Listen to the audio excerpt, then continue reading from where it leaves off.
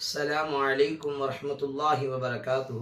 الحمد لله الذي ظهر بسور الأكوان والصلاة والسلام على نبينا وشفيعنا محمد هو برزخ بين المعبود والعابد وعلى شيخي وسندي وسيدي ومرشدي شهودي شافعي دام الله ظله إلى يوم القيامة. அல்லாஹ்வினுடைய மகத்தான் அருளால் நாளும் ஒரு கிதாப் என்கிற அடிப்படையிலே இன்று நாம் பார்க்க இருக்கின்ற கிதாபினுடைய பெயர் மிஅத்து கிஸ்ஸத்தும் மின் நிஹாயத்தில் பாலிமீன் என்கிற ஒரு அற்புதமான நமக்கு இறை அச்சத்தை ஊட்டக்கூடிய ஒரு பொக்கிஷமான புத்தகம். இந்த புத்தகம் என்னுடைய அருமை ஷேக் நாயகம் ஷஹூதி ஷா ஃபைசி சர்க்கார் ஒரு சில மாதங்களுக்கு முன்னால் இந்த கிதாபை எனக்கு அனுப்பி படிக்க சொன்னார்கள். அல்லாஹ் அதை படிக்கும் பொற்பாக்கியத்தை, உயர்ந்த பாக்கியத்தை ஒரு சில நாட்களுக்கு முன்னால் அல்லாஹ் நசீபு செய்தான். இந்த கிதாப் உண்மையிலுமே பாவங்களை விட்டும் நம்மை நிச்சயம் பாதுகாக்கக்கூடிய ஒரு புத்தகம். இந்த புத்தகத்தினுடைய பெயர் என்ன தெரியுமா? மிஅத்து கிஸ்ஸத்தும் மின் நிஹாயத்தில் ஸாலிமீன்.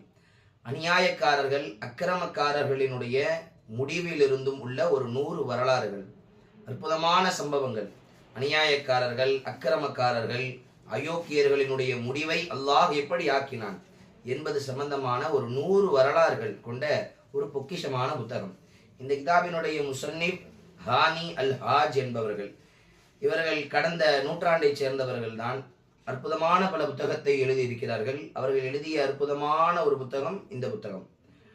இந்த கிதாபினுடைய முன்னுரையிலேயே எழுதுகிறார்கள், இந்த கிதாப் எழுதியதனான நோக்கம் அல்லாஹ் திருமறையிலே சொல்லுகின்றான், வலா தஹ்ஸபன்னல்லாஹ காஃபிலன் அம்மா யஅமலு ஸாலிமுன். அல்லாவை அநியாயக்காரர்கள் செய்யக்கூடிய காரியங்களை விட்டும் அல்லாவை பொடுபோக்கலனாக, அலட்சியமானவனாக நினைத்து விடாதீர்கள். இன்னமா யுஅഖிருஹும் லியௌமின், அல்லாஹ் அவர்களுக்கான வேதனையை பிற்படுத்தி வைத்திருப்பதெல்லாம் லியௌமின், அந்த ஒரு நேரத்திற்காக தான், அந்த ஒரு நாளிற்காக தான். எப்போ பிடிப்பான், எப்படி பிடிப்பான்னு தெரியாது, ஆனால் நிச்சயம் ஜுல்மு செய்பவர்களை பிடித்தே தீருவான் என்கிற அந்த வசனத்தை மேற்கோள் காட்டி இந்த கிதாபை தொகுத்ததாக இமாம் ஹானி அல் ஹாஜ் அவர்கள் இந்த கிதாபை தொகுத்திருக்கிறார்கள். 100 வரலாறுகள்.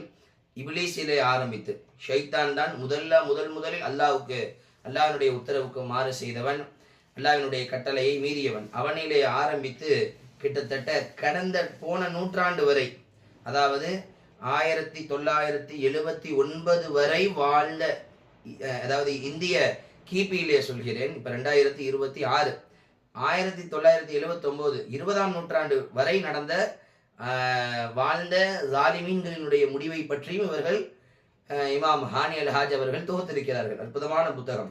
இந்த புத்தகத்திலே அஷ்கல் ஹல்க், முதல் தலைப்பு, 100 தலைப்பு, முதல் தலைப்பு அஷ்கல் ஹல்க் இப்லீசுல் லஈன், அல்லாஹ்வால் சபிக்கப்பட்ட இப்லீஸ், அல்லாஹ்வினுடைய படைப்பிலேயே ஆக மூதேவியானவன் அப்படின்னு அந்த தலைப்பு கீழே ஹதீஸுகள், குரான் வசனங்கள், வரலாற்று நிகழ்வுகளை எல்லாம் ஒரு 4 பக்கங்கள் 5 பக்கங்களுக்கு தொகுத்திருப்பார்கள். இந்த புத்தகத்தினுடைய முழு பக்கங்களின் எண்ணிக்கை 279, கிட்டத்தட்ட 280 பக்கங்களை கொண்ட, கிட்டத்தட்ட 300 பக்கங்களை கொண்ட ஒரு பொக்கிஷமான புத்தகம். அந்த இப்லீஸினுடைய அந்த வரலாறிலே இந்த ஹதீஸையும் கொண்டு வருகிறார்கள். ஜாபிர் ரலியல்லாஹு அவர்கள் அறிவித்த ஹதீஸ், ஷைத்தான் அவனுடைய அந்த பட்டாளத்தை, அவனுடைய படையை கடலுக்கு நடுவிலே நிர்வகித்து கொண்டிருக்கிறான். தினமும் இரவு நேரத்திலே தன்னுடைய அனைத்து பட்டாளங்களிடத்திலேயும் ஆலோசனை செய்வான். யார் யார் யாரை வழிகெடுத்தீர்கள்? ஒவ்வொருவர்களும் ஒவ்வொரு தவறை சொல்வார்கள். நான் தொழுகை விட்டு கெடுத்தேன், ஒருத்தன் நோன்பு வைக்க விடாம பண்ணிட்டேன், ஒருத்தன் குரான் ஓத விடாம பண்ணிட்டேன், ஒவ்வொருத்தவங்க ஒவ்வொன்று சொல்லுவாங்க. அப்ப ஒரு நொண்டியான ஷைத்தான் நான் கணவன் மனைவி காலையில முகப்பத்தா அன்போடு எதிர்ச்சாங்க, மாலையில அவங்க தூங்கும் போது 2 பேருக்கு இடையில சண்டையை மூட்டி விட்டுட்டேன். அப்ப அந்த பெரிய ஷைத்தான், அந்த குள்ள ஷைத்தான நேம அன்த, அவனை பக்கத்துல நெருக்கி அணைச்சு அரவணைச்சு, நேம அன்த, நீ தாண்டா நல்ல ஷைத்தான், ஷைத்தானுக்குன்னே நல்லவனா நீ தாண்டா, நீ தான் திறமையான ஷைத்தான்னு சொல்லி பெரிய ஷைத்தான் அவர் அந்த குள்ள ஷைத்தான, நொண்டி ஷைத்தான ஆர்வமூட்டக்கூடிய அந்த ஹதீஸ், இப்படி பல ஹதீஸ்களை கொண்டு வந்திருக்கிறார்கள். 2வது தலைப்பு நிஹாயத்து தமா வாதமுர் ரிதா, பேராசையினுடைய முடிவும் அல்லாஹ்வினுடைய திருப்தி இல்லாமல், அல்லாஹ்வின் மீது திருப்தி இல்லாமல் போனது. இது யாரு? காபிலுடைய நிகழ்வு இதுல கொண்டு வராங்க. அவன் தானே பேராசைப்பட்டான், தனக்கான பெண்ணை விட்டு வேறொரு பெண்ணின் மீது ஆசைப்பட்டார், கடைசியில கொலையே பண்ணாங்க. கியாமத் நாள் வரை வரக்கூடிய எல்லா கொலைகளிலும் பங்கு உண்டு என்று பெருமானார் ஸல்லல்லாஹு அலைஹி வஸல்லம் தன் ஹதீஸ் ஷரீஃபிலே சொல்லி இருக்கிறார்கள்.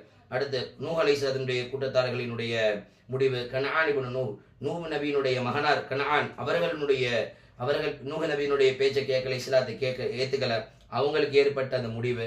கிஸ்ஸத்து ஆத் நபி கூட்டத்தார்களுடைய அவர்களுடைய முடிவு. சமூது கூட்டத்தினுடைய முடிவு. நம்ரூத் இப்னு கனான் இப்ராஹிம் நபியினுடைய காலத்திலே வாழ்ந்த நம்ரூத் என்கிற மன்னன்.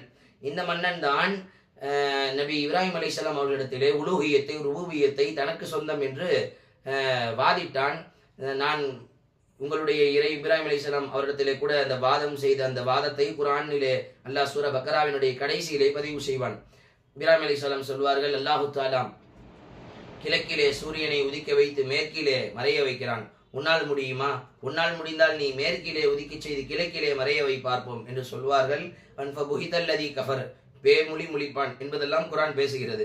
இவனுக்கு அல்லாஹ் தஆலா கடைசி காலத்திலே அஸபஹுல்லாஹு பிபஊலா, ஒரு கொசுவை கொண்டு அவனுடைய தலையிலே போக வைத்து அவனை அல்லாஹ் துன்புறுத்தினான், அவனுடைய கதையை முடித்தான் என்பது வரலாறு. அடுத்து நிஹாயத்து சபா கூட்டத்தாரனுடைய முடிவு. நஹாயத்து ஃபிரௌனினுடைய முடிவு.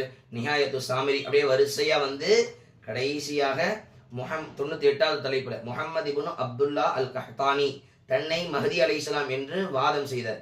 இவர் பிறந்தது இங்கிலீஷ் வருஷப்படி கிபி 1935 இருந்து 1979 வரை வாழ்ந்தவர். இவருடைய முடிவு எப்படி இருந்தது என்பதை பற்றி, அதாவது இந்த இமாம் ஹானி அல் ஹாஜ் என்பவர்கள் கடந்த 20ஆம் நூற்றாண்டு வரை வாழ்ந்த அனைத்து ஸாலிமீன்களை பற்றியும் தொகுத்திருக்கிறார்கள்.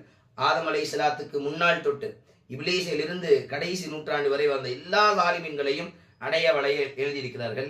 இவர்கள் எழுதிய ஒரு சில செய்திகளை மட்டும் உங்களோடு பகிர்ந்து கொள்கிறேன். ஒரு செய்தி இவங்க கொண்டு வராங்க.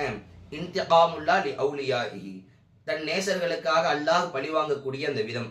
முஹம்மது இப்னு சீரின் ரஹிமஹுல்லாஹ் இதை பதிவு செய்கிறார்கள்.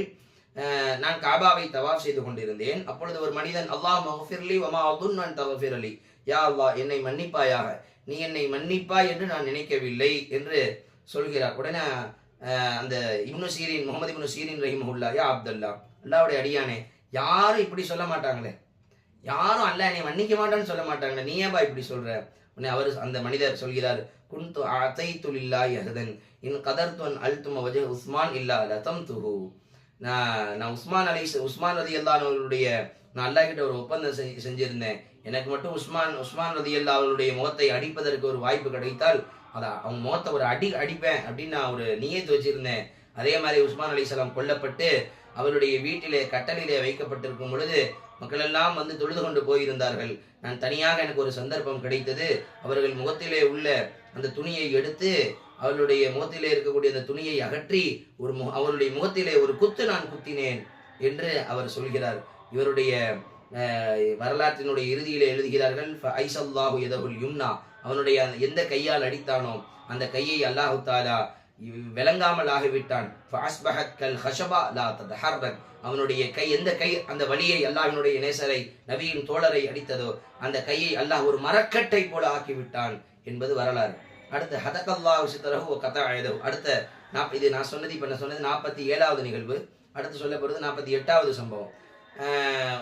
பிதாயா வன் நிஹாயில இமாம் இப்னு கஸீர் ரஹிமஹுல்லாஹ் இந்த செய்தியை பதிவு செய்கிறாங்கன்னு ஹானி அல் ஹாஜ் முஸன்னிஃப் அவங்க தெரிவிக்கிறாங்க. அய்யூன் இப்னு ரபீஆ அல் மஜாஷி என்கிற ஒரு மனிதர் ஆயிஷா நாயகத்தினுடைய விஷயத்திலே கொஞ்சம் தவறு இழைத்தார். என்ன தவறு இழைத்தார்? ஜமல் போர்க்களத்தினுடைய அந்த சமயத்திலே ஆயிஷா ரலியல்லாஹு அன்ஹா அவர்களை பார்க்க அவர் ஆசைப்பட்டார். அவர் கொஞ்சம் குழப்பத்திலே தலைவர் இந்த அய்யூன் இப்னு ரபீஆ என்கிற இந்த மனிதர் ஆயிஷா நாயகத்தை பார்க்கணும்னு ஆசைப்பட்டு பார்க்கறதுக்காக முயற்சி செஞ்சார். ஆயிஷா நாயகம் சாபம் விட்டுட்டாங்க. இலைக்க லஅனக்கல்லா, அல்லாஹ் உன்னை சபிப்பானாக. அதே போல திரும்ப சொன்னாரு, வல்லாஹி மா அரா இல்லா ஹுமைரா, ஒரு சிவந்தாளாகவே தவிர நான் இவர்களை எண்ணவில்லை என்று ஆயிஷா நாயகத்தை வருணித்தான். ஆயிஷா நாயகம் கோபம் வந்துருச்சு. ஹதகல்லாஹு சித்ரக், அல்லாஹ் உன்னுடைய மறைவிடத்தை வெளிப்படுத்துவானாக, உன் கையை துண்டிப்பானாக, உன்னுடைய அபுதா அவுரத்துக்கு உன்னுடைய அந்தரங்க உறுப்பை அல்லாஹ் தஆலா வெளிக்காட்டுவானாக என்று சபித்தார்கள். அவர்கள் சபித்தது போலவே பஸ்ரா நாட்டிலே கொல்லப்படுகிறார், சிலுவையில் ஏற்றப்படுகிறார், அவருடைய கை துண்டிக்கப்படுகிறது. ஒரு பாலடைந்த அசதி என்ற